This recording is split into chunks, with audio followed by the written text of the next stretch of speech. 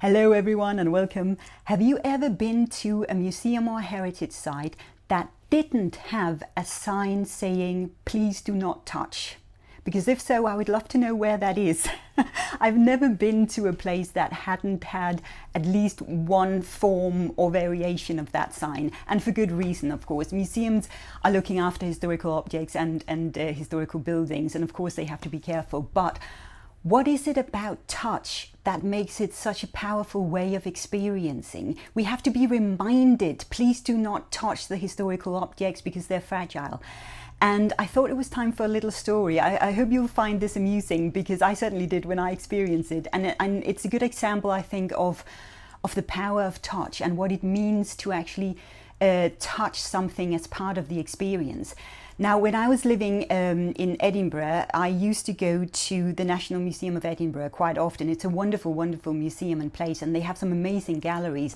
And one of the galleries there is the Natural World Galleries, and it's this huge playful areas with lots of models of life-size animals and screens and sounds, and they focus on animal movements, and you can see some huge panoramic screens there as well.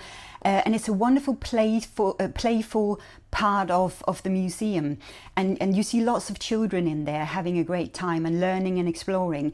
And as you can see, the gallery sort of expands to many different levels. You can observe it from the ground floor, you can go up on the first floor, you can see the balcony there in the background, and even the second floor, so you can see these animals and all the things in the gallery from many different levels, which makes it great fun.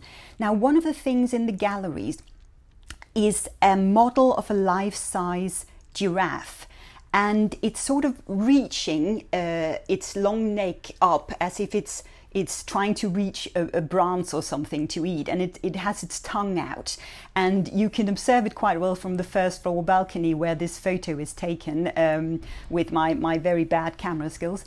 But it was situated very close to the first floor and the railing bar there, and many a child's little arm tried to reach through the railing bars to touch the tongue. You could almost touch the tongue if you put your arm through the railing bar, but it never really happened because it was always a little bit too far away. But it was dangerously close, I would say, to that first floor railing bar. And then, of course, the inevitable happened. One day when I came into the museum, the tongue had been broken off. Something was missing. The temptation to touch had clearly come too big. But rest assured, a few weeks later, a new tongue was mounted and all was well, and I'm sure the giraffe lived happily ever after. But this little episode just reminded me of that power of wanting to touch something as we experience it. Now, most of us are brought up with knowing not to touch things in a museum setting, and we usually respect this. But sometimes the temptation really does become too big. And it made me wonder, what is it about touch that makes it such a powerful way of experiencing? Now, the thing about touch is that it's the first sense we develop, and you see this in small babies as well. They always reach out to try and grab something, and usually after they've grabbed something, they put it in their mouths, because that's another way of exploring and learning about the world. But there is such a power in the sense of touch that asking us not to touch something is almost like asking for the impossible. Now, what actually happens when we touch? Well, from a biological perspective, we know we have receptors under the area of the skin, and these become active. Now, some areas, body areas, have more touch receptors than others, like, for example, your fingertips or your lips. We know these are very sensitive areas of the body. We also know that the brain keeps track of sensory information. So, for example, if you touch something that's very cold or very hot, or if you feel pain, of course, the brain picks up on this.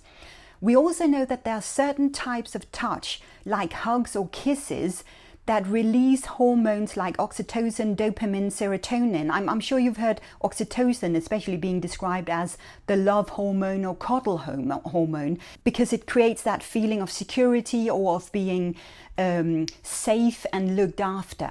And that's a nice feeling for most people. Now, when we are active, we know we become more energized. We simply feel more energy. We also know that we experience situations differently by trying things out, by touching, by feeling, and by doing. I'm sure you've heard the expression learning by doing. It helps us remember better, particularly in learning situations. I know from myself that if I'm in a learning situation and I take notes, either writing down with pen or if I type, it helps me remember the words that have been said better. So the fact that you're doing something physically actually helps you remember better. Now, in a museum or heritage situation, there are certain ways we can actually use this information, and museums have generally been rather good at this. You can have copies of objects and items made, which means, of course, that visitors can handle these without any danger of damaging them. We also have some fantastic examples of interactives where visitors are physically engaged in stories as well. Live reenactment is a wonderful way where you have, for example, live reenactors or actors living out parts of history. Recreating historical spaces, rooms, events are amazing ways of activating all senses really, and especially the sense of participation and touch. Story space visits, where you get behind the scene tours and you get close to historical objects in a way you normally can in a display setting. You might even be allowed to touch some of the objects. We also know that happens when we put up object handling stations.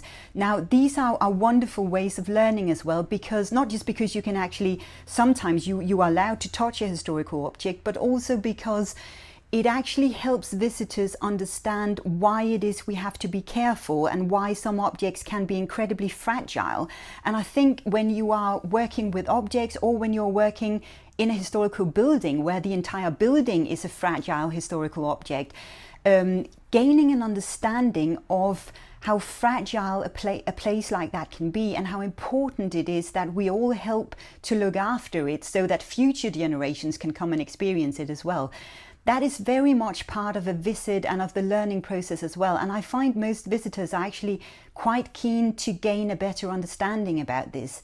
And of course, there are lots of ways of creating games, playful activities, historical games where you can activate the sense of touch as well. And museums are fantastic at this. Many heritage sites are really good at this.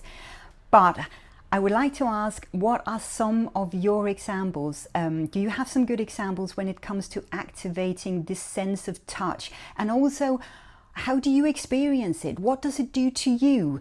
Does it create a better sense of learning, a better sense of participating or engaging in historical content when you are allowed to touch? How do you experience through touch? It would be really lovely to hear about your experiences, and about if you have any good examples about this, then please do add your thoughts in the comments, like the videos, and subscribe to the channel.